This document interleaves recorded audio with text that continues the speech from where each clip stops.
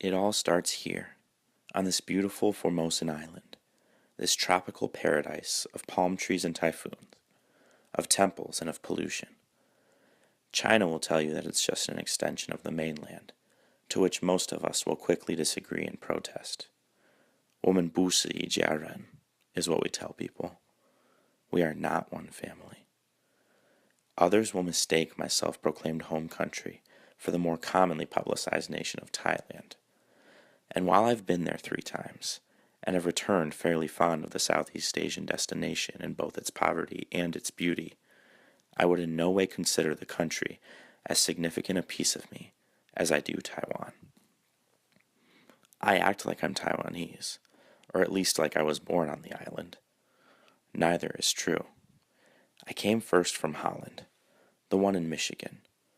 My first year in Taiwan was my 5th year on this planet, and besides a 3-year hiatus back to Michigan in 2nd, 3rd, and 4th grade, it's been my home since. Most everything I remember, really, save for the 2-month trips to America every other year. It all starts here because it's where I grew up, where I became the person that I am today, where I was molded by all that surrounded me. It all ends here, too. In 2014, early June, on a warm and sweaty graduation day, with repurposed choir robes and candy lace from Tonga, with tears in our mother's eyes and ties on our father's necks.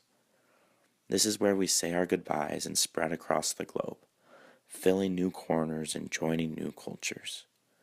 We hold each other tightly and we watch friends walk away. We make promises we can't keep, like that we'll keep in touch and Skype every week, or that we'll visit. We're only kids. Kids that know nothing of growing up and moving away, but at the same time know too much. Justin lives in London, Ontario now, 12,234 kilometers from home and 429 kilometers from where I am now. 12,234 kilometers ago, we kept each other in line. I told him to stop drinking and making bad decisions. He made sure I wasn't selfish or judgmental. We were captains of our soccer team. We talked and dreamed about things that mattered. That was 12,234 kilometers ago. Since then, we text on and off. We've Skyped a handful of times and he's visited once. We always pick up where we left off, and I still count him as one of my closest friends.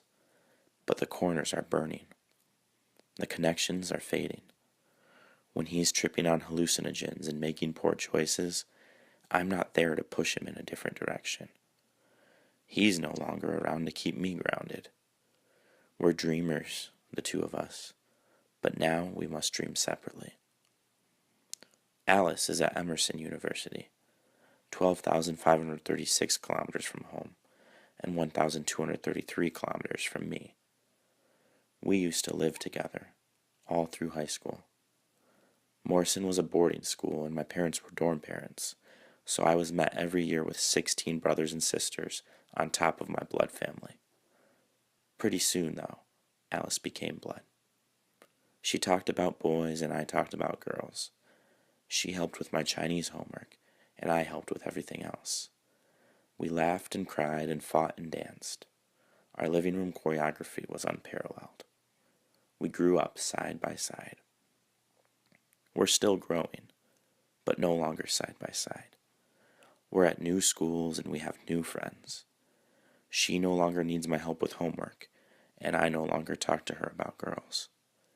We still dance every Thanksgiving when she visits my family for turkey, but we're beginning to grow apart. It's at no fault of our own, don't get me wrong. We're still blood and still siblings. It's at the fault of distance and of circumstance, and it breaks my heart that there's no way past it. Jesse took to the Californian coast, along with a pocketful of other classmates.